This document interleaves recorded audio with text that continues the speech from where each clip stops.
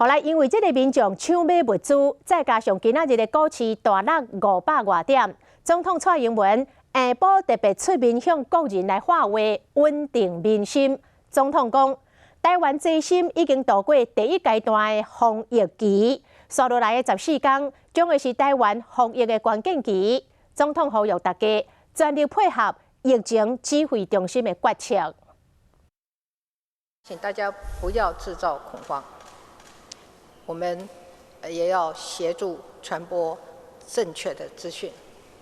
对于各项医疗物资，政府都有充足的准备，口罩、实名制的分配也会是需要逐步的增加。那边境管制的原则是管理非必要人员的流动，但物流是畅通的。各项民生的物资，国家都有足够的存量，我们会确保稳定的供给，民众不需要抢购、囤积物资。如果有囤积或者炒作价格的人，政府一定会重罚。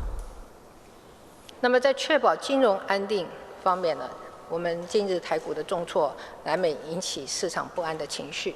其实台湾的经济基本面很好，资金也很充沛。政府已经采取了实际的行动，维持汇市稳定跟股市的动能。那么国安基金也密切注意国际金融市场的动态，可以及时的因应。所有的资源也已经在备战状态，政府也会随时召开高层财经应变会议，因应外部快速的国际财经情势变化。